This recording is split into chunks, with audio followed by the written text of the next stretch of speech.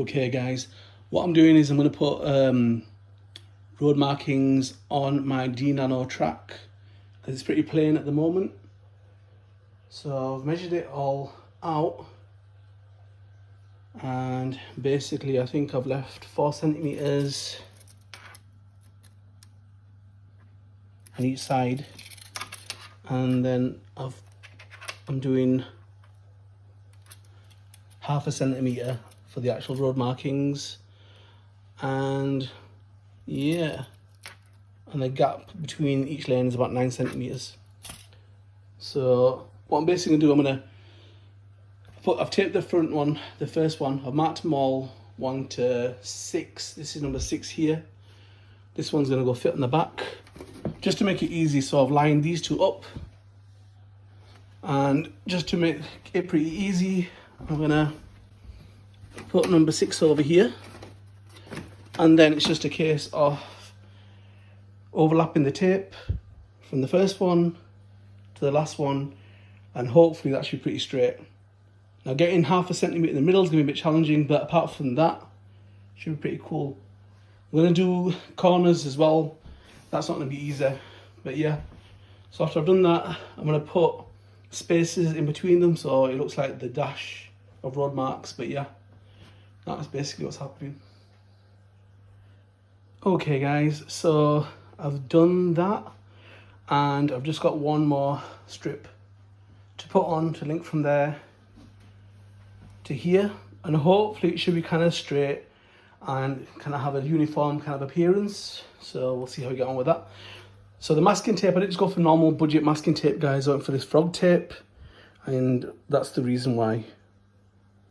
So hopefully I shouldn't have no bleeding going into my paintwork. It should block it from spreading. So yep, bit more expensive, but you know what, it's kind of worth it if it ends up being a decent job. So yeah, I'm just going to put on my last bit of tape from there, and then I'm going to get my X-Acto knife and cut the strips. So I've got a section, and I'll be spraying each section separately. So I've got a cross section as well for the road markings as well. So I'll be doing that and then taking each part and spraying it individually. So yeah, time to cut, and basically I'm just using my X-Acto knife or scalpel, whatever you call it. I'm just going to stick it into the seam and follow it all the way, and that's it. And it should just come apart. I need 2 hands to do this. I can't do it with 1 hand. But yeah, basically that should just pop apart when I pull the thing out. That's as easy as that. Okay guys, now I'm just working out the distance or the length of the road markings. So that's about 6 centimeters, and that's about 4. I think I'm gonna go with 4 because when the cars are like traveling and you got these fast shots, it looks a bit more dramatic when you see a lot of lines rather than bigger lines. So I'm gonna go with that. Now I just need to work out, I want to make it easy for myself, so I'm gonna have like a border. The tape's 1 inch thick. I'm gonna have half of that, so like 1¼ centimeters, 1.25 centimeters at the top, at the bottom. So when I join them, the gap's kind of uniform. It's that inch gap when I put these together, if you get what I'm talking about, guys.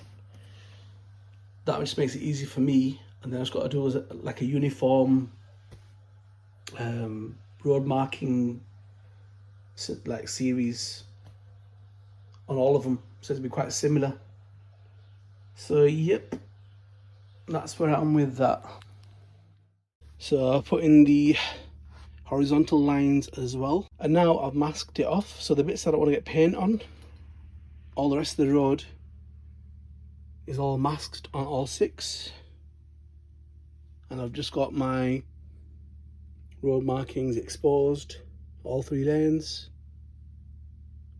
And yep, it's cold, and hopefully the paint will stick, no problems. I normally use my heat gun, but because there's plastic on here now, plastic sheets, won't be a good idea. Okay, right, hopefully I'll show you when it's done. So I'm just going to spray here, guys. I've got my Tamiya colour white spray. So hopefully this one can should be enough. So yep. Okay guys, one thing that I forgot to point out, and I should have done this before I masked everything up, is that if you're going to paint on it, I'm not going to use primer, I'm going to use acrylic paint, but what you want to really do is you want to scuff the plastic so that the paint grips to it. Otherwise, sometimes it'll just peel off or it'll break off. So you got these Scotch Brite pads, and all you're going to basically do is you're going to scuff it, and you just take the shine off basically that the track has, and when it becomes this whitey kind of dull colour, then basically you've taken off the gloss that was on there or the protection that was on there, and now the paint has something to grip onto. So basically I've painted up about 4. Yep. Now when you do your first coat, it's a base coat, so you don't do it too thick, you don't make it too wet, it takes longer to dry, it doesn't grip as well. So the first one's quite faint, and then basically the ones you put on top of it are going to be thicker, and that's where you build up basically your kind of colour, the vibrance. So I've done about 4 over there, and I've still got 2 left, and my blooming paint ran out. So I've got another can somewhere, need to go blooming dig it out right now and then carry it on. Okay guys, so basically got to the point where it's been sprayed. I did about 4 or 5 coats, kept them thin and built it up. So yeah, so now it's a case of taking off the plastic. And this Tamiya sheeting that's got masking tape built in, pretty useful stuff, man. Pretty useful, because I just cut that. I put 1 strip on, cut it, and then put it in the middle with the thin masking tape. Okay, so we're just gonna pull this off. I really would have liked to have used this again somewhere, but it's not gonna work. It's not gonna last. So here's the first one that I did. It's over there, and now I'll be doing all the rest of them. So this is the second one. Okay.